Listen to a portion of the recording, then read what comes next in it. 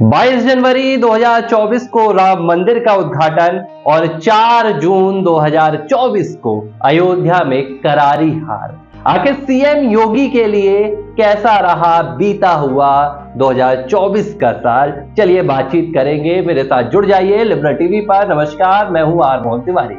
2025 यानी कि नया साल दस्तक देने के लिए तैयार है। 2024 बीती यादों के साथ रवानगी ले रहा है, विदाई ले रहा है। इस बीच बात करेंगे उत्तर प्रदेश के मुख्यमंत्री योगी आदित्यनाथ की। आखिर उनके लिए साल 2024 क्या लेकर आया था और क्या देकर गया। इसमें कई बड़ी घटनाएं हुई जिन्होंने सीएम योगी की राजनीति पर एक बड़े प्रभाव डाले हैं। चाहे बात वो 22 जनवरी की हो, जब उत्तर प्रदेश के अयोध्या में 500 सालों के बाद राम मंदिर का उद्घाटन हुआ। सीएम योगी के नेतृत्व में पूरे कार्यक्रम की रूपरेखा तैयार की गई और दुनिया भर में श्री राम मंदिर के उद्घाटन की चर्चाएं हुई। लेकिन जनवरी के बाद जब जून आया तो श्री सीएम योगी के राजनीति के इतिहास में शायद इससे बड़ी घटना कभी नहीं हुई होगी। 4 जून 2024 का दिन था। सभी की नजरें सोशल मीडिया से लेकर टीवी की सुर्खियों पर बनी हुई थी और अचानक खबर निकल कर आती है कि उत्तर प्रदेश के अयोध्या में भाजपा की हार हो गई है। इस खबर ने पूरे देश को दहला कर रख दिया।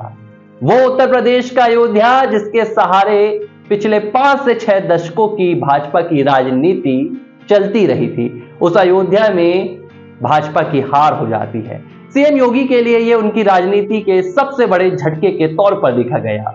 उत्तर प्रदेश में सीएम योगी सबसे बड़े नेता हैं और अगर योगी आदित्यनाथ अयोध्या की सीट नहीं जितवा पाए तो उनके ऊपर एक बेहद बड़ा दबाव निकलकर सामने आया। पूरे विपक्ष ने सीएम योगी के लिए इसे सबसे करारी हार बताई। पीएम मोदी के लिए भी बताई गई, भाजपा के लिए, लेकिन हार का जिम्मा तो सीएम योगी के ही कंधों पर फूटा क्योंकि उनका ही नेतृत्व है। उत्तर प्रदेश में वे ही मुखिया है।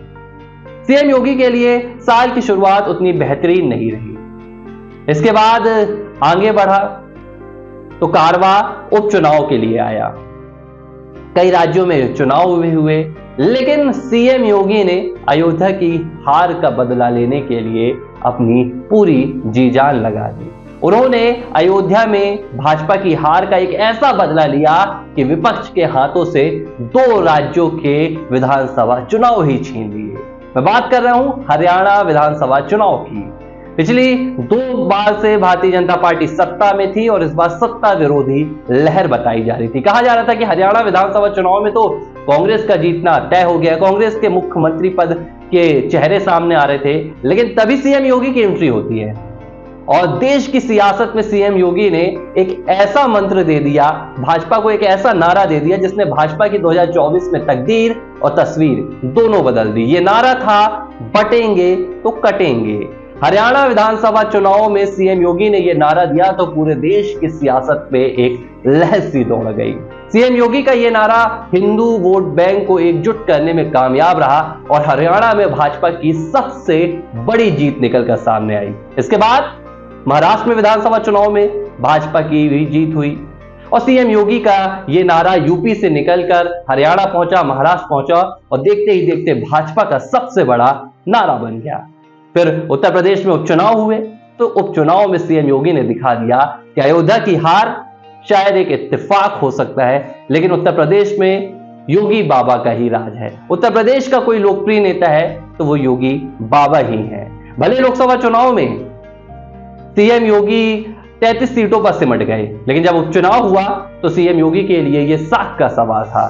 सीएम योगी को साबित करना था कि कैसे 2024 के लोकसभा चुनाव का वे बदला ले सकेंगे और ये साबित कर सकेंगे कि भाई जो चुनाव हुए थे अब वो लहर बदल गई है। उपचुनाव में 9 सीटों पर वोटिंग हुई तो भाजपा 6 सीटों पर जीत कर आई। यहां तक कि मुरादाबाद की मुस्लिम बाहुल सीट पर भी भगवा लहरा दिया। सीएम योगी के लिए ऐसा था साल 2024, जहां थोड़ी हार तो कई बड़ी जीत उनके नसीब में आई। और यही नहीं, अब सीएम योगी को प्रधानमंत्री नरेंद्र मोदी के बाद भाजपा के चेहरे के रूप में भी पहचान मिलती दिख रही है।